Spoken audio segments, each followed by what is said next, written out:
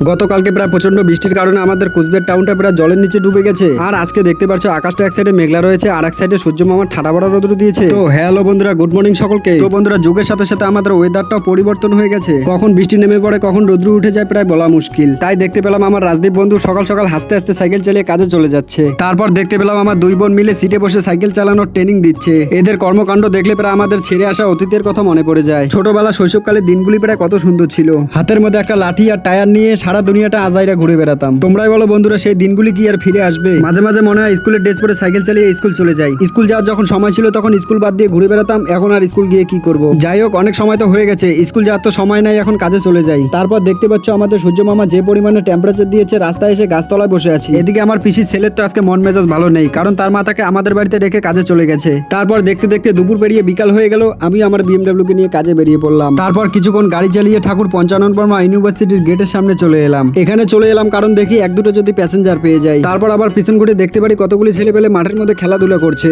তারপর আমিও বেশিক্ষণ এখানে দাঁড়িয়ে না থেকে সেখান থেকে চলে যাচ্ছি। চলো বন্ধুরা, ভালো থেকো, দেখা হচ্ছে নেক্সট ব্লগে। আর আজকের ব্লগে আমার সম্পূর্ণ পাশে থাকার জন্য সবাইকে অসংখ্য ধন্যবাদ।